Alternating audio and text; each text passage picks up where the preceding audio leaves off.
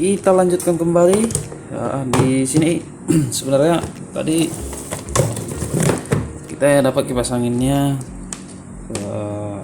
bermasalah, dan di sini saya akan jelaskan bagaimana caranya kita mengecek dinamo ini bagus apa tidak. Jadi kadang kalau dapat dirongsokan, bagaimana ciri kita untuk memastikan bahwa dinamo ini berfungsi atau tidak. Nah, biasanya kendala yang ada di kipas angin seperti ini sebenarnya sudah merek bagus karena kebetulan ini mereknya Mas Pion. Jadi secara lilitan ini lebih besar, terus dia lilitannya ini itu asli tembaga. Jadi kemungkinan ini pemakaian dalam durasi waktu yang lama lebih tahan dibandingkan kalau yang campuran seperti campuran aluminium tidak 100% tembaga. Nah, itu biasanya kipas anginnya yang merek-merek biasa lah. Nah, seperti ini contohnya campuran aluminium. Nah, ini bisa ada seperti aluminium. Nah, ini biasanya kalau dipakai otomatis tidak tahan lama karena ini mengandung panas, maka dia akan putus. Bahkan bisa putus di sini. Tapi kalau yang seperti ini jarang sekali putus. Bisa pun putus karena ada korslet.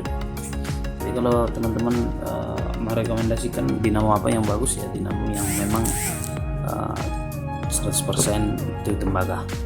Tidak boleh kita ukur kemampuan ataupun yang campuran seperti tadi. Nah, itu pemakaian lama contohnya dipakai selama 24 jam, kemungkinan itu akan jebol beberapa hari berikutnya. Dan biasanya kalau yang seperti ini secara bosing dia keras ya, keras dan kualitasnya juga bagus. Nah, ini bagus semua. Nah, ini tadi saya dapat karena saya beli rongsokannya ini seharga 25.000, tapi karena nyari-nyari taunya isinya sudah tidak ada. Nah, inilah kadang-kadang kendalanya. Oke, supaya tidak memperpanjang waktu, kita persingkat saja penjelasannya. Bagaimana kita mengukur ini, menyatakan ini bagus apa tidak. Nah, biasanya yang pertama kalau saya berpatokan itu di bagian speed yang pertama itu biasanya antara speed 1, 2, dan 3. Itu langsung saja saya ukur. Nah, ini biasanya saya ukur speednya. Nah, ini saya ukur.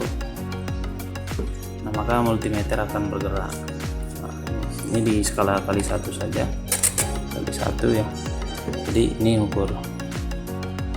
Ini posisi lilitan bagus. Ini secara speed ya. Nah, bagaimana kalau kita mengetahui dari antara jalur starting itu putus apa tidak? Ini biasanya starting itu akan terhubung salah satu di bagian kapasitor. Nah, contohnya ini. Nah, ini yang terhubung, berarti ini kapasitor start awal. Berarti putarannya ke kanan. Nanti kalau disambung ke speed di sini, maka dia akan gerak.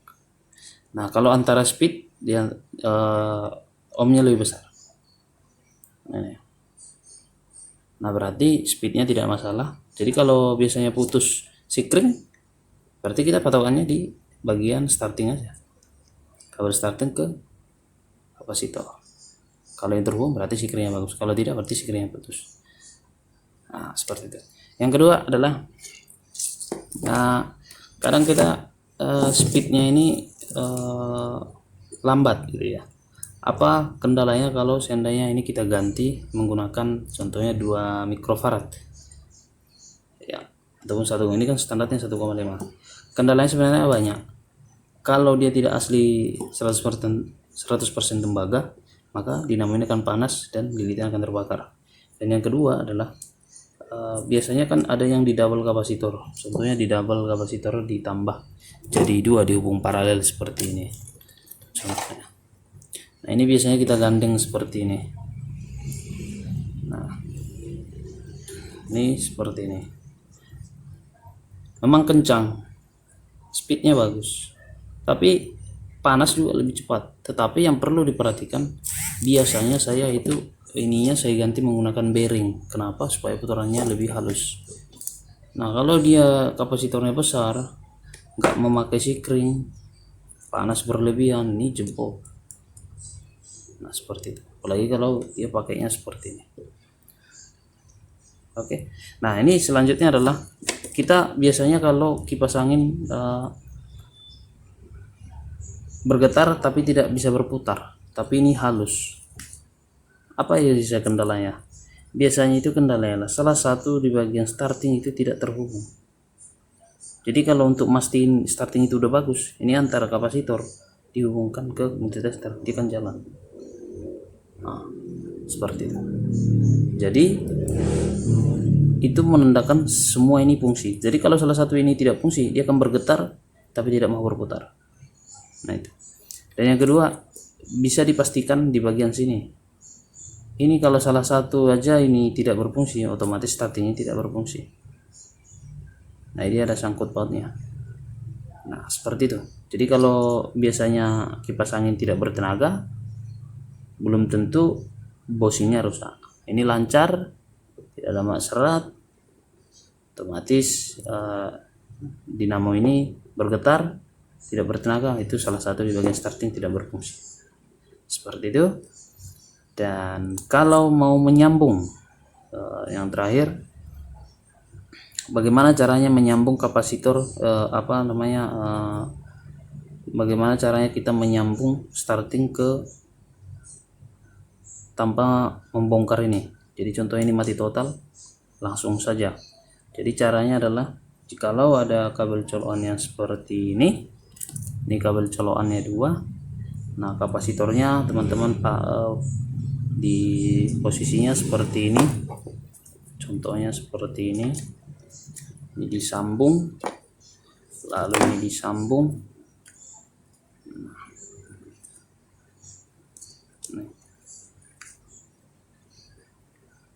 Biasanya ini kan di bagian starting. Nah bagaimana cara kita mastiin? Contohnya seperti ini, kita sambung supaya nggak merepotkan saja. Startingnya kita lepas colokannya ya, langsung kita jumper aja ke sini, salah satu kapasitor. Kalau dia berputar ke kiri, berarti tinggal dibalik saja. Seperti itu. Oke teman-teman, seperti itu tutorial lengkapnya. Saya ingin menjelaskan kerusakan secara prakteknya. Mudah-mudahan bisa membantu untuk teman-teman dalam memperbaiki kipas angin. Oke teman-teman, sekian dari saya. Jangan lupa like dan subscribe channel. Terima kasih.